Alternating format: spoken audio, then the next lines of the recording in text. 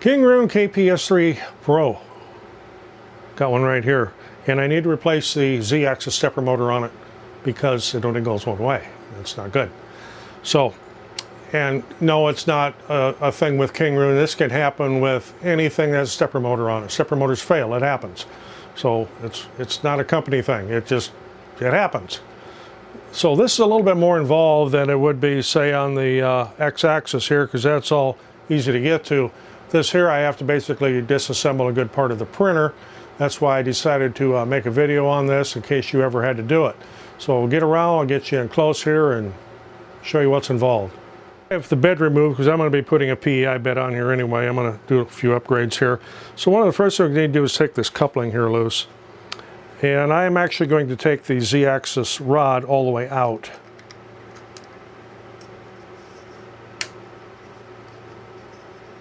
So we'll loosen the set screw up there. There's two of them.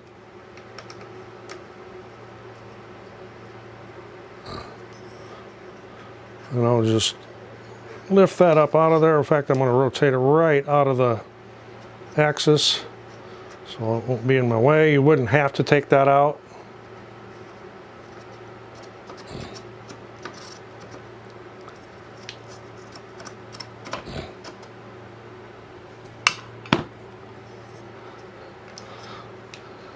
And of course, I also need to take out the other part of the coupling. I'm going to set this up like so. There's two set screws on this as well. Some people call them grub screws.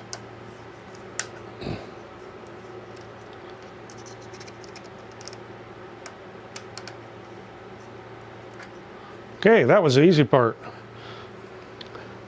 Now I'm going to need to take the base plate off because the stepper motor has to come in from the bottom, and there are 4 screws on top to take it loose, but we're not going to do that till after I get the bottom off.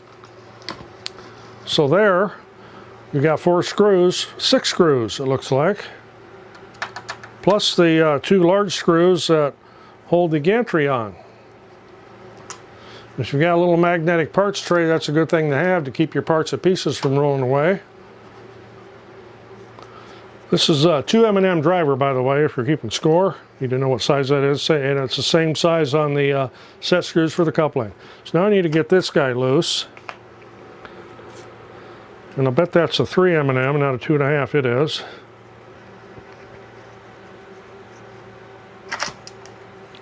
This will allow you to remove the bottom plate. Now there's a fan here, so don't just go yanking on things. There's a fan here that's plugged in. You're going to have to just unplug that. So you can plug that back in when you're done. So here's our Z-axis motor right here. So we'll unplug the cable here. Now to remove this, I need to take the screws out from the top. Little suggestion is if you have a spring clamp, I put a spring clamp on the Z gantry or the Z elevation here to keep everything out of my way. So I take these 4 screws out.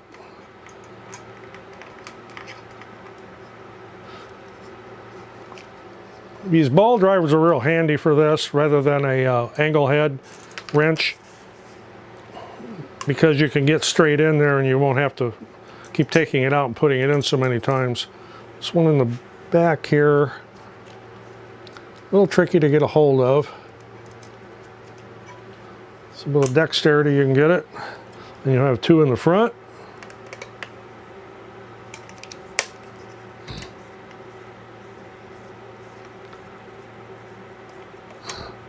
Now these are shorter than the ones in the back, so keep that in mind.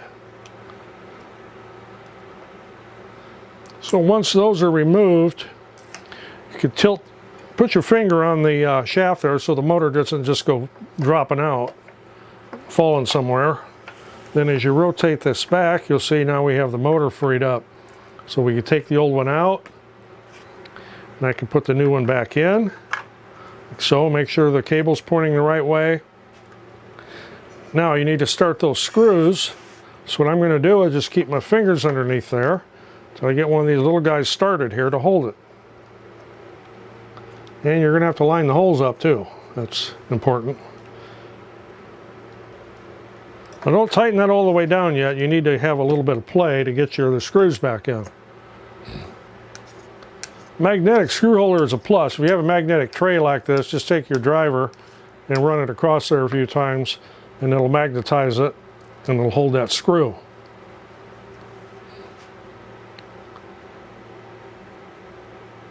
And once all 4 of them are in, tighten them down good and tight.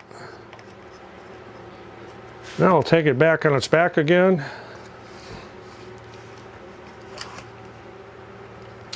And since they sent me a new cable with it, I'll put that in too.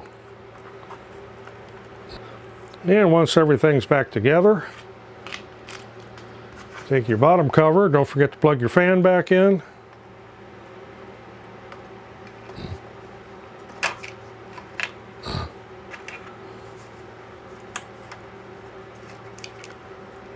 I'm going to start with the 2 big screws just because they're big and they're easy to get a hold of.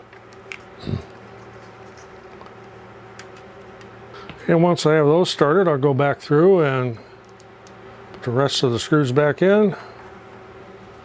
Now I start all my screws first, and then I go back and tighten them up, just in case you got to jiggle things around a little bit for alignment. These slots, or these holes are slotted.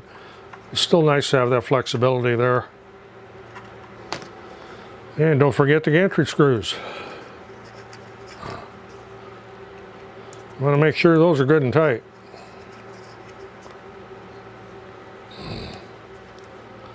So now, taking this back upright, you'll notice on the side of the shaft on the stepper motor, there's a flat side. Right there, like so. When you put your coupling on, make sure that one of those screws tightens down on that flat.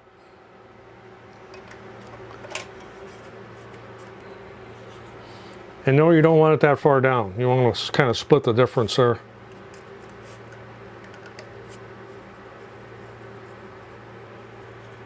And yes, there is flex to those couplings. They're made like that. So now I need to put my Z-axis screw back in.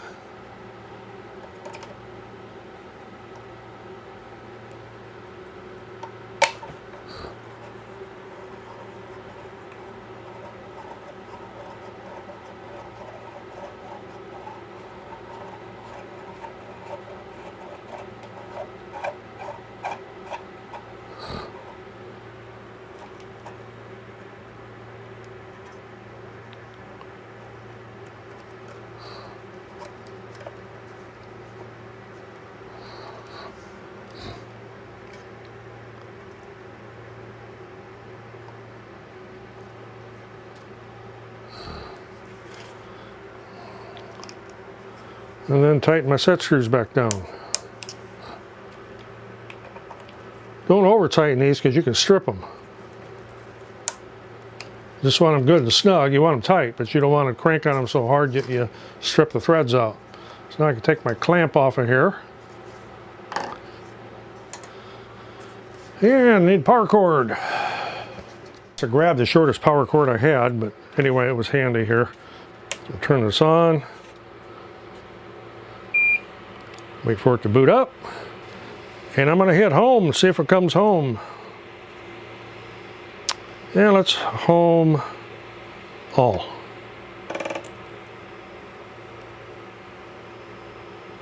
Homing on X, homed on Y. And since I just replaced that stepper motor, I may need to make a little bit of adjustment with my Z homing. I don't have the bed on here right now. As I said, I'm going to put a PEI bed on it. That's a whole other subject. It's not hard anyway. You just stick the magnet on and then the PEI bed sticks on that. Okay, we homed. So we'll go to movements here. Z plus.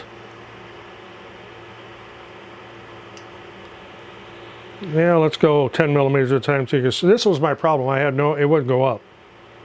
It had failed in that direction. So here, I can move it 10 millimeters at a time, complete with a fly. Get out of here.